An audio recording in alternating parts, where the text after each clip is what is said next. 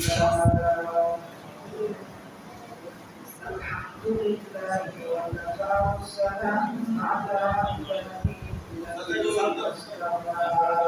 أما بعد فأعوذ بالله من الشيطان الرجيم. بسم الله الرحمن الرحيم.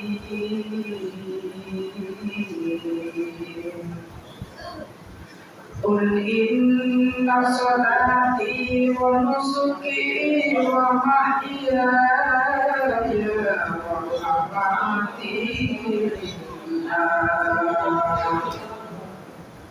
ومماتي لله رب العالمين.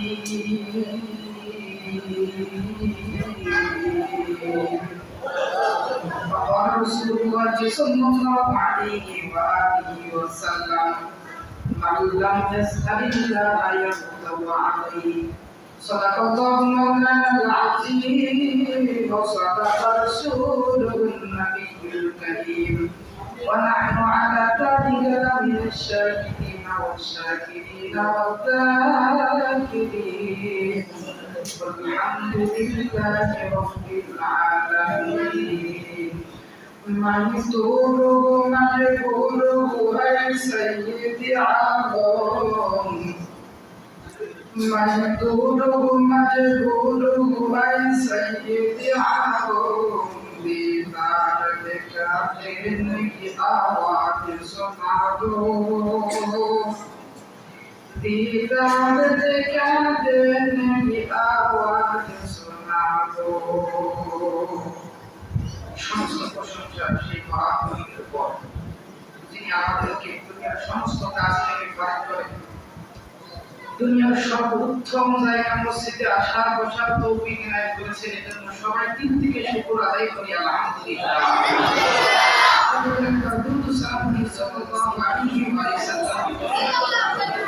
সম্মানিত হাজিরিন, আলোচনা বলতেই আমরা ঈদুল আজহা ঈদ বলতে বুঝেছি কোরবানি ঈদ আমরা দেখি না।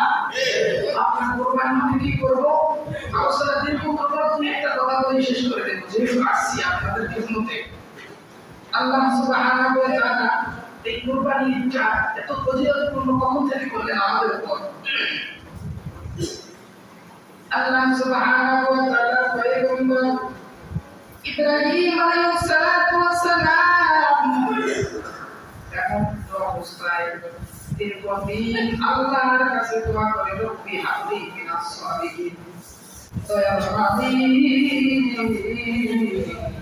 আমাকে একটা সন্তান দান করেন, সুসন্তান দান করেন। বাবা এইরকম করে 86 বছর পর্যন্ত মালিকের কাছে দোয়া করে, রব্বি হাবলি মিনাস সালিহিন, আল্লাহ আমাকে একটা সন্তান দান করেন, নেককার সন্তান দান করেন। আল্লাহ সুবহানাহু ওয়া তাআলা 86 বছর পর ইব্রাহিম আলাইহিস সালামকে সুসংবাদ দিলেন, ইব্রাহিম তোমার স্ত্রীর গর্ভে আমি একটা সন্তান দান করলাম, বলেন সুবহানাল্লাহ। ইব্রাহিম আলাইহিস সালামের তিনটা প্রশ্নের সম্মুখীন আহ্বান। ইব্রাহিম আলাইহিস সালাম খলিল উপাধি পেলেন এবং জাতির পিতা উপাধি পেলেন। এর বিস্তারিত আলোচনা করার সময় নাই। ইব্রাহিম আলাইহিস সালাম যখন সেই সন্তান দুনিয়ায় ভূমিষ্ঠ হলো, তার 1 নম্বর পরীক্ষা আগুনের পরীক্ষা হয়েছে। 2 নম্বর পরীক্ষা সন্তান ভূমিষ্ঠ হওয়ার পর বাইতুল মুকাররম বাইতুল্লাহর পাশে তাকে দ্বিতীয় পরীক্ষা নিয়েছে, এবং 3য় নম্বর পরীক্ষা যেখানে নিয়েছে 86 বছর পর যে সন্তানকে পেয়েছে, সেই সন্তানের কল্লা জবাই করার নির্দেশ দিয়েছে, বলেন সুবহানাল্লাহ। সৃষ্টি করেছেন এমন কোন নবীর ইতিহাসে এরকম পাওয়া যায় না, যেরকম ইব্রাহিম আলাইহিস সালাম ইতিহাস ঘটাইছে। 86 বছর মুরব্বী অবস্থায় সন্তান পেয়েছে, সন্তানের গলায় যখন ছুরি তরবারি লাগায়, আমার রব ইব্রাহিমের দিলের দিকে তাকায়, ইব্রাহিমের দিল আমার মালিকের সঙ্গে কালেকশন করেন সুবহানাল্লাহ। যখন ইব্রাহিম আলাইহিস সালামের কালেকশন যখন আমার রবের সঙ্গে হয়ে গেল, আমার রব জিবরাইল আলাইহিস সালামকে ডাক দিয়ে বলতেছেন, জিবরাইল যাও যাও, জান্নাত থেকে একটা জান্নাতি দুম্বা নিয়ে যাও, ইব্রাহিম আলাইহিস সালামের শরীর নিচে বাজায় দাও, আমার ইসমাইল আমি নবী হিসেবে সৃষ্টি করেছি, তুমি ওখান থেকে ফারেক করে দাও। বলেন সুবহানাল্লাহ। আগামীকাল গতকাল ফজর থেকে আমরা তাকবীরের তাসবিহ আদায় করতেছি কি করতেছি না? আল্লাহু আকবার, আল্লাহু আকবার, লা ইলাহা ইল্লাল্লাহ, আল্লাহু আকবার, আল্লাহু আকবার ওয়া লিল্লাহিল হামদ। এই তাকবীরের তাসবিহটা কোথা থেকে আসলো এটা আমি বুঝাইতে চাইতেছি। এবার জিবরাইল আলাইহিস সালামকে আল্লাহ তাআলা রব্বুল কারীম যখন বললেন, জিবরাইল জান্নাত থেকে তোমরা নিয়ে যাও, ইব্রাহিমের শরীরটা যখন লাগায় দাও, যখন আমার ইসমাইল আলাইহিস সালাম যখন কুরবানি না হয়ে যায়, এবার আদর্শে দিন থেকে জিবরাইল আলাইহিস সালাম যখন ইব্রাহিম আলাইহিস সালামের সালাত দেখলেন, ওখান থেকে আল্লাহু আকবার, আল্লাহু আকবার করে দেওয়া শুরু করলেন এবং শরীর নিচে ইসমাইল আলাইহিস সালাম বলতেছেন, লা ইলাহা ইল্লাল্লাহ, আল্লাহু আকবার, আল্লাহু আকবার। এই দুইটা ধ্বনি, একটা ফেরেশতার ধ্বনি, দুইটা সন্তানের ধ্বনি, তৃতীয় নাম্বার ধ্বনি হলো আল্লাহু আকবার, আল্লাহু আকবার ওয়া লিল্লাহিল হামদ।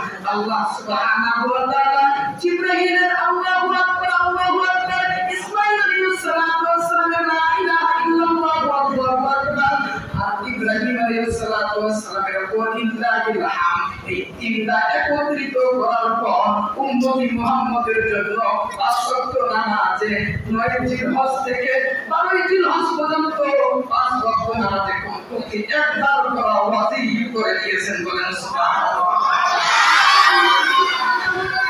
পবিত্র কোরআনুল কারীম আমাদেরকে জানিয়ে দিয়েছেন, কুল ইন্না সালাতি ওয়া নুসুকি ওয়া মাহইয়ায়া ওয়া মামাতি লিল্লাহ ওয়া মামাতি লিল্লাহি রাব্বিল আলামিন।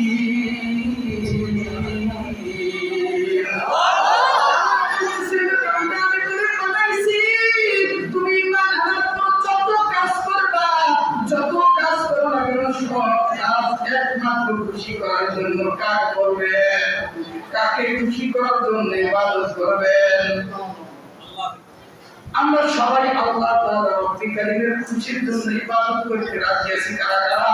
আল্লাহু আকবার বলে আমরা সবাই আল্লাহকে খুশি করার জন্য ইবাদত করব।